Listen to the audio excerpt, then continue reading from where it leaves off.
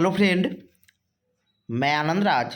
आप लोग भी देखिए, बिहार यूनिवर्सिटी बाबा साहेब भीमराव अम्बेडकर बिहार यूनिवर्सिटी जो मुजफ्फरपुर में है, जिसे शॉर्ट में BRABU बोलते हैं, उसका बीएड फर्स्ट ईयर सेशन 24-26 का, जिसका एग्ज़ाम 2025 के आपका अप्रैल के आसपास होगा, उसका कोर्स 3 जो आपका लर्निंग एंड टीचिंग है, उसका VVI क्वेश्चन लेके आए हैं। देखिए, इससे पहले हम कोर्स 1 जो आपका चाइल्डहुड एंड ग्रोविंग अप है और कोर्स 2 जो आपका कंटेम्प्रोरी इंडियन एजुकेशन है, दोनों का VVI क्वेश्चन डाल दिए हैं। आप लोग नहीं देखेंगे तो प्लेलिस्ट में जाइएगा, वहाँ पर पूरा उसका फाइल बना हुआ है, बिहार यूनिवर्सिटी VVI क्वेश्चन 2025। तो कोर्स 3 का लेकर आया है। देखिए, उससे पहले आपको एक सूचना देते हैं कि कोर्स 1 से लेकर मेथड तक EPC सबका नोट्स चाहिए तो इस नंबर पर व्हाट्सअप करके नोट्स ले सकते हैं 9576002401 पर, समझे।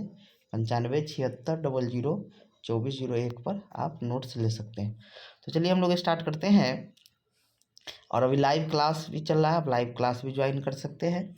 तो लिखा हुआ है Bihar university Muzaffarpur BRABU BEd first year VVI question 2025 session हो गया आपका 24-26। देखिए, ये भी आपका 80 नंबर का पेपर होता है और इसमें भी आपको 5 यूनिट में 10 क्वेश्चन दिया जाएगा। प्रत्येक यूनिट में 2-2 रहेगा, आपको 5 यूनिट में 10, और प्रत्येक यूनिट से आपको एक एक प्रश्न का चयन करते हुए कुल 5 प्रश्नों का जवाब देना है। तो चलिए हम लोग स्टार्ट करते हैं। पहला क्वेश्चन है कि अधिगम से आप क्या समझते हैं, इसके प्रकारों का वर्णन करें। देखिए, बहुत VVI क्वेश्चन है और इसको पढ़ के ही जाइएगा कि एक क्वेश्चन अधिगम से रहता ही रहता है, समझे। तो अधिगम से आप क्या समझते हैं, इसके प्रकारों का वर्णन करें। What do you mean by learning, discuss it's type, यानी इसके प्रकारों का वर्णन करें, यानी लर्निंग अच्छा से पढ़ के जाइएगा। दूसरा क्वेश्चन है, देखिए इस क्वेश्चन को घुमा घुमा के पूछता है। जैसे सीखने का मुख्य रूप से 2 सिद्धांत होता है, मतलब मुख्य सिद्धांत में आइएगा, एक व्यवहारवादी सिद्धांत होता है, एक संज्ञानवादी सिद्धांत होता है, समझे। तो देखिए, थॉर्नडाइक हो गया आपका, पावलोव हो गया, स्किनर हो गया, ये सब व्यवहारवादी सिद्धांत है, समझे। और कोहलर का जो सूझ का सिद्धांत है, अंतर्दृष्टि का सिद्धांत है, जो चिंपैंजी में प्रयोग किया था, वो संज्ञानवादी सिद्धांत है, समझे। तो क्वेश्चन ऐसे भी पूछता है कि थॉर्नडाइक के प्रयास हम त्रुटि सिद्धांत का वर्णन करें, या क्वेश्चन ऐसे भी आएगा कि सीखने के मुख्य सिद्धांत का वर्णन करें। तो कोई भी आप लिख सकते हैं, या तो कोहलर के बारे में लिख सकते हैं, आप लिख सकते हैं थॉर्नडाइक के बारे में, या आप लिख सकते हैं स्किनर के बारे में, या पावलोव के बारे में। तो क्वेश्चन या तो पूछेगा कि सीखने के मुख्य सिद्धांत या अधिगम के मुख्य सिद्धांत का वर्णन करें, तो आप थॉर्नडाइक पावलोव जो भी लिख सकते हैं, या सेपरेट व्यवहारवादी सिद्धांत पूछे, संज्ञानवादी सिद्धांत, ऐसे करके देगा तो आप समझ जाइएगा। तो हम क्वेश्चन दिए थॉर्नडाइक के प्रयास हम त्रुटि सिद्धांत के वर्णन करें। अगला क्वेश्चन है कि विभिन्न प्रकार की अधिगम शैली की व्याख्या कीजिए। एक अध्यापक के लिए यह किस प्रकार शिक्षण अधिगम में उपयोगी है, यानी explain various types of learning styles and how they are useful for a teacher in teaching learning process. यानी क्वेश्चन है कि अधिगम शैली यानी बच्चे का लर्निंग स्टाइल कैसे सीखते हैं बच्चा। ये 3 क्वेश्चन देख लीजिएगा, इसी से रिलेटेड आपके एग्जाम में क्वेश्चन आएगा, अधिगम अच्छा से पढ़ लीजिएगा। दूसरा आपका यूनिट है कि अभिप्रेरणा से आप क्या समझते हैं। अभिप्रेरित करने के लिए शिक्षक को क्या, मतलब बच्चों, एक छात्र को अभिप्रेरित करने के लिए आप क्या क्या कीजिएगा, यानी मोटिवेशन क्या होता है, यानी what do you mean by motivation, what should be done by teacher for motivation, मतलब क्या क्या करना चाहिए एक छात्र के मोटिवेशन के लिए।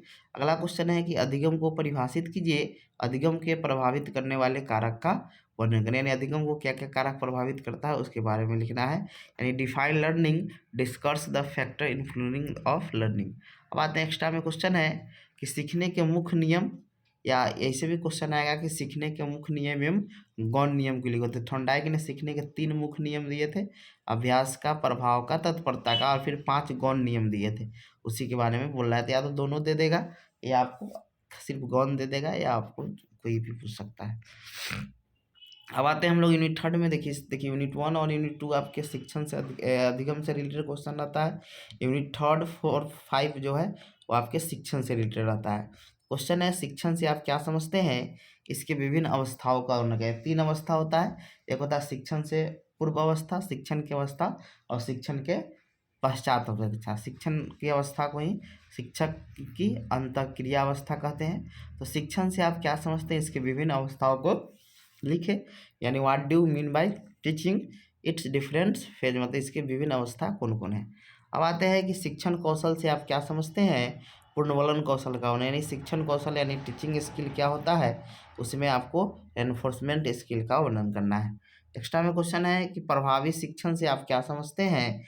एक प्रभावी शिक्षक में कौन कौन सी विशेषता होनी चाहिए, यानी इफेक्टिव टीचिंग क्या है, और एक इफेक्टिव टीचर में क्या क्या गुण या विशेषता होना चाहिए। तो 3 क्वेश्चन देख लीजिएगा यूनिट 3 में शिक्षण के बारे में, शिक्षण कौशल और प्रभावी शिक्षण। अब आते हैं हम लोग यूनिट 4 में कि शिक्षण सहायक सामग्री क्या है। प्रमुख शिक्षण सहायक सामग्री का विवेचना करिए। What do teaching ads, describe main teaching add, यानी 3 प्रकार का आपका मुख्य रूप से होता है, समझे।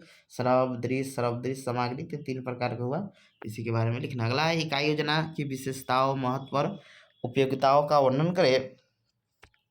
इकाई योजना और पाठ योजना में अंतर स्पष्ट करें, यानी इकाई योजना के बारे में पूछ रहा है, फिर बोल रहा है कि यूनिट प्लान और लेसन प्लान में क्या अंतर है, यानी describe characteristic importance and use of unit plan, difference between unit plan and lesson plan. Extra में क्वेश्चन है कि सूक्ष्म शिक्षण से आप क्या समझते हैं, इसके सिद्धांत और महत्व का वर्णन करें, यानी what do you mean by micro teaching and discuss it principles और थ्योरी एंड इम्पोर्टेंस। यानी कहने का मतलब क्या हुआ कि माइक्रो टीचिंग अच्छा से पढ़ लीजिएगा, आपके एग्जाम में माइक्रो टीचिंग से रिलेटेड क्या रहता है, क्वेश्चन आपके एग्जाम में रहता है। अब आते हैं हम लोग यूनिट 5 है कि कंप्यूटर प्रबंधित अनुदेशन को परिभाषित कीजिए। कंप्यूटर के द्वारा अनुदेशन प्रवर्धन कैसे करेंगे, यानी सीएमआई के बारे में पूछ रहा है कि सीएमआई क्या होता है, इसका उपयोग हम कैसे करते हैं, यानी define computer manage instruction how, इसको शॉर्ट में सीएमआई बोलते हैं, समझिए। How instruction manage by computer explain in detail. अब 10वां क्वेश्चन है कि आप कहाँ तक सहमत है कि शिक्षक एक परामर्शदाता, सुगमकर्ता एवं सह अधिगमकर्ता होता है। Give your opinion that teacher as a counsellor, facilitator and co learner. समझिए बहुत वीवीआई क्वेश्चन है कि आप कहाँ तक सहमत है कि शिक्षक एक परामर्शदाता, सुगमकर्ता एवं सह अधिगमकर्ता होता है। देखिए एक्स्ट्रा में है कि निम्न 2 पर संक्षिप्त टिप्पणी लिखे कि कह रहा है कि शिक्षण एक नियोजित गतिविधि या जटिल गतिविधि देगा, समझे। The teaching is a plan activity. दूसरा क्वेश्चन है कि कक्षा शिक्षण को प्रभावित करने वाले कारक, यानी इफेक्ट ऑफ क्लासरूम टीचिंग।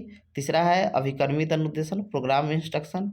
और चौथा है अधिगम हस्तांतरण, यानी ट्रांसफर ऑफ लर्निंग। 4 में से कोई 2 पर क्या करना है, संक्षिप्त टिप्पणी लिखना है, समझे।